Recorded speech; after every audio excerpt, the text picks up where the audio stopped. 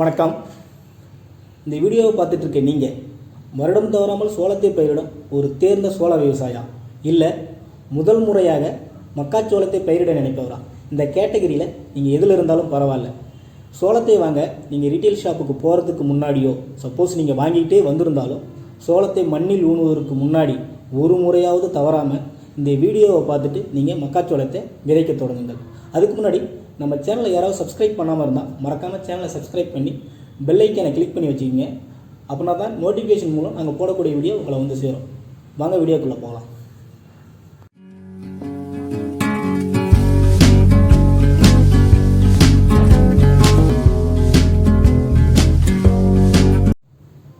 வழக்கமாக நம்ம சோளத்தை விதைத்த ஒரு 4லிருந்து 5வது நாள் பார்த்திங்கன்னா சோளச்செடிகள் மண்ணுக்கு மேலே முழுமையாக வயல்களை தென்பட ஆரம்பித்த ஒரு 8லிருந்து 9 இல்லைனா 10வது நாள் நீங்கள் பார்த்தீங்கன்னா படைப்புழு, அதாவது ஃபாலார்மி வாம் அப்படின்னு சொல்லக்கூடிய படைப்புழுவின் தாக்கம் அதிகமாக இருப்பதை நம்ம இப்போலாம் கண்கூட பார்க்க முடியுது.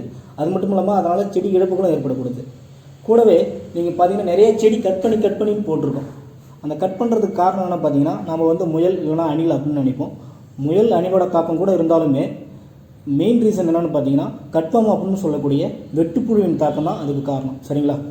சில சமயம் பார்த்தீங்கன்னா சேம் அந்த 15லிருந்து 20, 25 நாள் 30 நாளில் நீங்கள் பார்த்தீங்கன்னா சோளச்செடிகள் வந்து நல்லா மஞ்சளாகி அப்படியே கொஞ்சம் கொஞ்சமாக பழுப்பு நிறமாக மாறி காய்ந்து சாக ஆரம்பிக்கும். சரிங்களா? இது கூடவே வேறு என்ன பிரச்சனை வரும் பார்த்தீங்கன்னா, அந்த சோளத்தில் அந்த அதே சேம் டேஸில் வந்து சோளம் வந்து வேர் சரியாக பிடிக்காமல் அப்படியே ஊசல் ஆடிக்கிட்டு அப்படியே சோளம் மேலேயே இருக்கும் ஒரு சில செடிகள். அதனால் செடி இழப்புகள் ஏற்படக்கூடும். அது மட்டும் இல்லாமல் சோளம் விதைத்த ஆரம்பத்திலேயே நிறைய விதைகள் வந்து முளைக்காமையே போயிருக்கும். அதாவது முளைப்பு திறன் கம்மியாக இருந்திருக்கும். சரிங்களா? இந்த மாதிரி கிட்டத்தட்ட ஒரு ஏக்கரில் 28லிருந்து 29 செடிகள் சோளச்செடிகள் இருக்குதுன்னா அதில் வந்து பார்த்திங்கன்னா 1000லிருந்து 2000 செடி இழப்புகள் வந்து ஏற்பட்டிருக்கும். இந்த மாதிரி சோளத்தில் ஏற்படக்கூடிய ஆரம்ப நிலை பிரச்சனைகளை நீங்கள் விதை ஊன்றதுக்கு முன்னாடியே கட்டுப்படுத்தலாம். அது எப்படின்னு பார்த்தீங்கன்னா, சிஞ்சண்டா நிறுவனத்தோடைய பொட்டாசியா டியோ அப்படிங்கிற விதை நேர்த்தி மருந்தை சோளத்தில் கலந்து ஊணுவதன் மூலம் நீங்கள் ஈஸியாக கட்டுப்படுத்திட்டு போகலாம். நீங்கள் நினைக்கலாம், என்ன இந்த மருந்துக்கு இவ்வளோ பில்டப் கொடுக்குறேன்னு. ஆனால் நான் பில்டப் கொடுக்குற அளவுக்கு ரொம்ப ஒர்த்தான மருந்து இந்த மருந்து பார்த்திங்கன்னா சிஞ்சண்டா நிறுவனத்தில் 2014ஆம் ஆண்டு வந்து அறிமுகப்படுத்தப்பட்டது. ஆனால் விவசாயிகளுக்கு மத்தியில் அந்த அளவுக்கு வந்து ரீச் ஆனதான்னு எனக்கு தெரியல. சரிங்களா? ஆனால் இதை யூஸ் பண்ண ஃபார்மர் கண்டிப்பாக மறக்காமல் சோளம் ஊன்றப்பெல்லாம் கண்டிப்பாக யூஸ் பண்ணார். அந்த அளவுக்கு ஒர்த்து. சரிங்களா?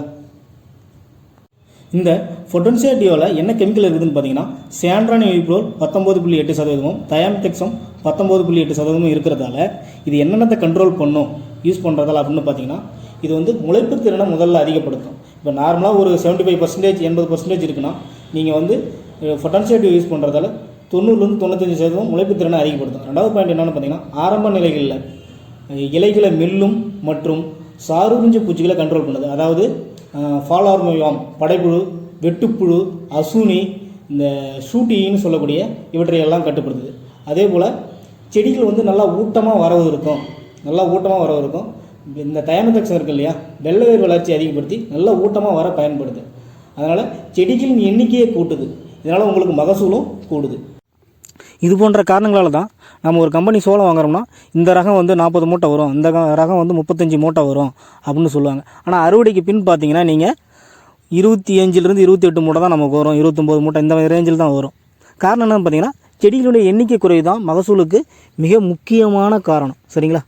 முக்கியமாக நீங்கள் தெரிஞ்சிக்க வேண்டியது என்னென்னு பார்த்தீங்கன்னா, 8 to 10 நாள்லேயே படைப்புழுவோட தாக்கம் ஆரம்பிக்குதுன்னு சொன்னீங்க இல்லையா. ஆனால் நீங்கள் பொட்டாசியா டியோ யூஸ் பண்ணிங்கன்னா 20லிருந்து 25 நாளைக்கு மேலே தான் நீங்கள் ஸ்ப்ரேயர் தூக்கி மருந்து அடிக்க வேண்டிய அவசியமே வரும். சரிங்களா?